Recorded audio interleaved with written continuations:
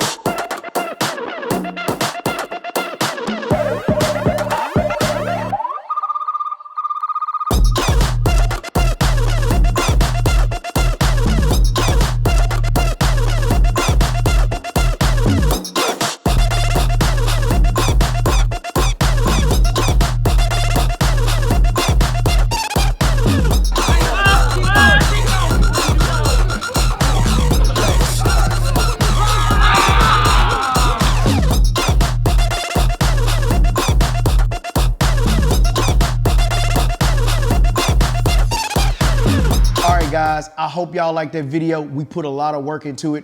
First and foremost, I want to thank Moza for sending me this dope gimbal out. This is the Moza Aircross 2. Now, before we get into this, I'm going to tell you the key features that I like the most. Now, if you're looking for like all the detailed stuff, there's tons of videos out there on YouTube that you can actually search for. Just search for Moza Air tutorial and they will come up. Now, I am going to go over the key features and how to get to these features of things that I like. Next, I want to say thank you to the team that was out there and to the dancers. Y'all have to give them a round of applause because they did very well.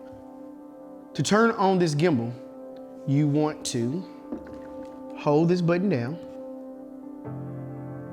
and your gimbal will turn on, just like magic. Once the gimbal is on, you want to go into your settings to make sure that it is balanced correctly. So you want to hold the record button down for a few seconds. You want to scroll down to advance. You want to go to balance check, and then you want to tap this wheel over to balance check, and it'll say checking.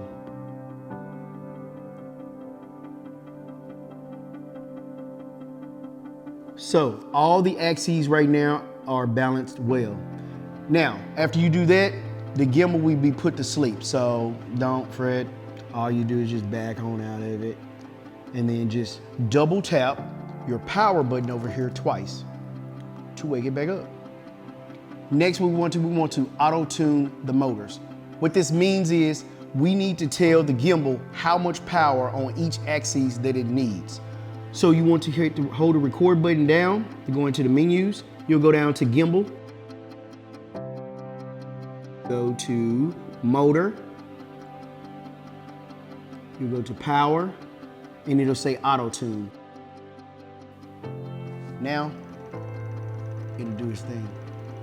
Shake it like a salt shake. Shake it like a salt shake. Yeah. Doing tricks right here. Yeah.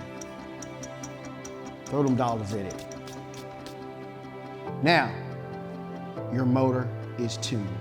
Now, so for this, just this setup, which is my camera and everything, my tilt is at 74, my roll is at 94, and my pan is at 74. This is different. All these settings will be different depending on what type of setup you have on your gimbal. Now, this gimbal is rated for around 6.2 to 7 pounds, somewhere around there. So I wouldn't try to overload it. Now, things that I have noticed about this gimbal is if you have too much stuff on here and you move the gimbal to the left or to the right, it will shake and start vibrating a lot. So make sure you keep it, I would say keep it around the 5.5 pound range and you can be real safe. So a few features that I used in this video is Inception mode and FPV. Those are my most favorite things about this gimbal. And I'm going to show you how to actually get into those features just from the dial and not using the app. This is another feature why I like this gimbal is because I don't have to bring out my phone and go through the app to put it in Inception mode or FPV mode. You can do it right from your joystick or your dial right here. So you want to make sure that you are in the main menu. So if you're not, you want to hit back until you see your tilt, roll, and pan. Once you're in that, to go in Inception mode, if you're looking at the gimbal, it's going to be on your right. Your dial that you can move around, you want to hit that 3 times. 1, 2, 3, really quick, and it'll go into Inception mode. Once you're in Inception mode, your gimbal is going to look like this. Now you have normal, 180, and 360. You could just tap it once to your right and it'll start rolling, and tap it again and it'll stop. If you want to change the speed, you just turn the dial and you'll see the speed going up.